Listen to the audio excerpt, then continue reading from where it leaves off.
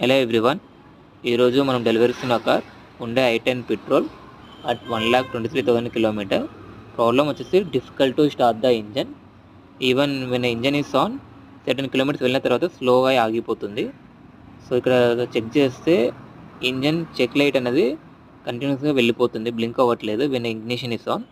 So ఇది మనం engine start చేసిన తర్వాత ఫ్యూ సెకండ్స్ నుండి వెళ్ళిపోవాలి, కానీ ఇక్కడ ఇంజన్ స్టార్ట్ చేయకముందు జస్ట్ ఇగ్నిషన్ ఆన్ చేస్తే చాలు, బ్లింక్ అవ్వట్లేదు check engine light.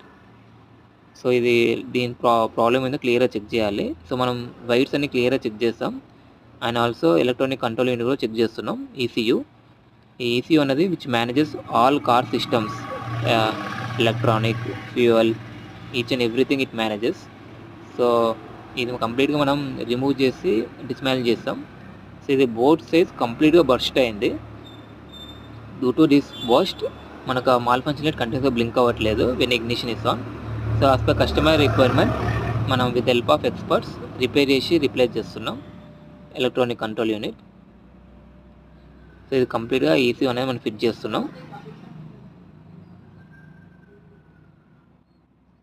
So after fitting we check clearly.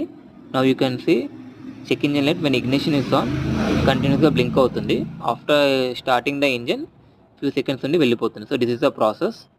So problem is solve. Thanks to the customer for believe and given us enough time.